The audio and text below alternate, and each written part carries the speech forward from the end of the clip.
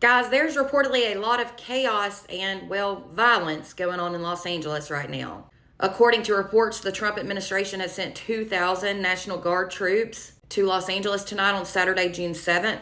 And this is during a standoff between protesters and ICE agents. The administration decided to do this after the violence got worse between activists and authorities. It was said the activists are reportedly setting fires and throwing rocks, and that's at the immigration authorities. This was as raids targeting illegal migrants are occurring across Los Angeles. However, California's Governor Gavin Newsom is reportedly saying that Trump and his administration are intentionally and deliberately inflaming the situation, and that sending the National Guard would just make everything worse and more violent. Governor Newsom said that this is the wrong mission and that it will erode public trust. Then, just minutes after the governor made that statement, the president then warned the governor and the mayor of Los Angeles to take charge of the situation, and this was in a post on his Truth Social page. He stated that if they can't do their jobs, then the federal government will step in and solve the problem of riots and looters the way that it should be solved. That's what the president said. This is reportedly the second day that federal agents have clashed with angry protesters in the city of LA. It was said that agents had to shoot flashbang grenades into the crowd, and this was a little after 4 p.m. this afternoon. That then shut down part of the freeway during the raids on the undocumented migrants. The standoff reportedly took place in Paramount, and demonstrators and protesters had gotten together near a Home Depot that was being used as a staging area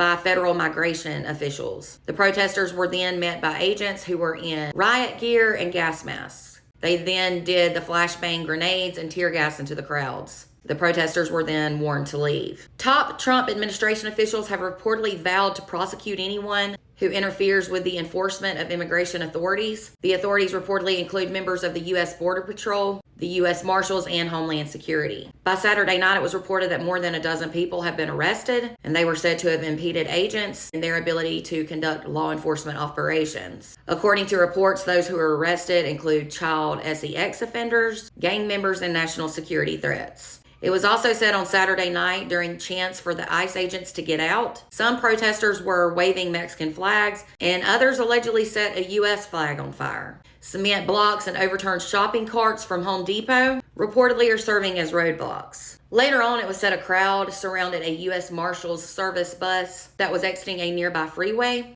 and authorities later had to close on and off ramps in order to keep protesters from taking over the freeway. Demonstrators were said to be kicking at Border Patrol vehicles, setting things on fire. It's just chaos. A boulevard was also closed to traffic as agents circulated that area. The mayor of Paramount reportedly said that she was not made aware of the Home Depot raid before it took place. She has urged the crowd and protesters to stay calm and to avoid violence, but so far it's not really looking good.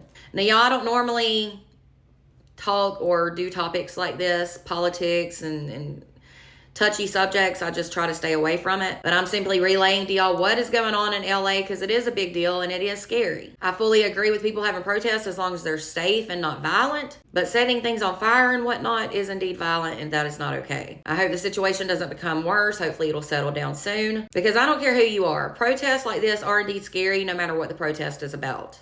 If you are in that area, be sure to be aware and be safe. For more content, make sure to follow and subscribe over on YouTube.